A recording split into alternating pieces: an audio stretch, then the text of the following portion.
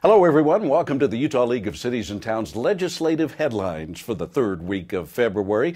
The Director of Communications, Susan Wood, is still out with laryngitis. I'm Terry Wood, the surrogate voice this week. Joining me is Director of Legislative Affairs, Lincoln Church, who spends a lot of time at the state capitol. We've got a lot of big, important bills now that are reaching certain stages of their life at the legislature. Maybe one that's garnering a lot of attention is the open carry law. Correct. There is some firearms revisions law that we've talked about in prior updates. That bill has passed out of the House. There were some amendments made trying to address the concerns of law enforcement. Don't think law enforcement's exactly happy with the outcome from the House yet. Still a lot of work to be done in the Senate. So the party moves over to the Senate, it looks like, on the firearms bill. We still got plenty of work to do to see if we can get this one right before it passes. Passed easily in the House. It did pass easily in the House. In the Senate? There wasn't much opposition in the House in terms of formal opposition as we were trying to work on language. So most of the hard pressing, if you will be taking place in the Senate, it looks like. There's some regulatory bills coming up. The legislature wants to put some more regulations, tighter regulations on massage parlors. Correct. This was a bill that the League proactively pushed this year, which essentially allowed for the regulation of all massage therapies establishments. If they're advertising as massage therapy, we get to regulate them, which is a huge issue for local governments, and many were using the quote-unquote massage for fronts for prostitution. So we wanted to make sure we could go in and regulate. That bill has fortunately passed both the House and Senate, sits on the governor's desk for signature. We assume that will be signed, and a good success story for the League this year. Eliminating a loophole that had been in the law before. Absolutely. Now, the budget, that's the big issue the legislature has to deal with. They found some extra money, but not as much as they thought, did they? Correct. Initial projections were we were probably going to have about 20 or 30 million additional dollars to deal with in this year's budget, and so plenty of people were standing on the doorstep of the legislature looking at different ways to spend that money. Licking their lips. Yep. Final numbers did come in. The numbers came in at $9 million over initial projections, so a little bit less than anticipated, but still some additional money. Plenty of needs out there, so everyone's still scrambling to figure out where to spend those dollars and what the priorities are for the state. Clearly, the governor's come down that public and higher ed is a significant concern and a funding concern for him, so likely a ton of debate there.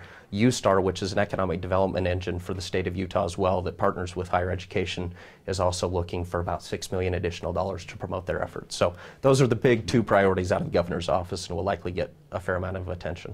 Another business regulation bill, pawn shops. Correct. Pawn shops bill, we finally come up with some agreed upon language with pawn shop owners and local governments that were charged with getting stolen merchandise back to individuals. That bill will be introduced in the House this week for consideration by a standing committee. As we get closer to the end of the session, we've got to push hard to make sure this one gets past the finish line by the time the legislature closes business on March 8th. But with all parties signing on, we think we're in good shape to get that done.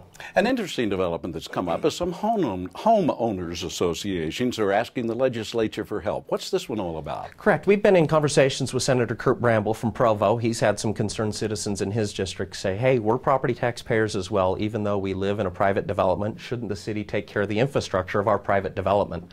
Cities and towns have traditionally not taken care of that private infrastructure because when they proposed the development, they turned those streets private, those sidewalks private.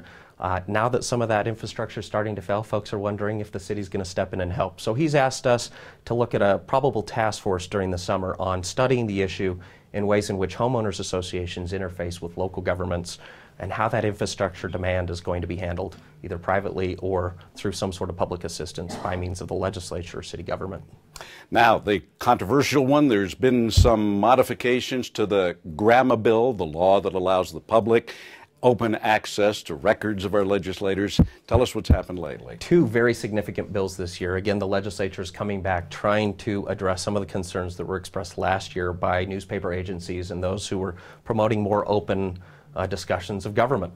Senator Bramble has a bill that's starting in the Senate that provides additional enhanced ability to get a record if you do make a request of a local government. That seems to be selling through the process. The League of Cities and Towns has agreed to support that measure. Representative John Dougal in the House has another measure coming through that will establish a state centralized website. And essentially what that website will do is put records that we know are public records. We can put those on the website, so if anyone comes in and asks for those records, we can simply point them to a centralized website where they can find all of this information. It's a really great resource that the state's trying to put together.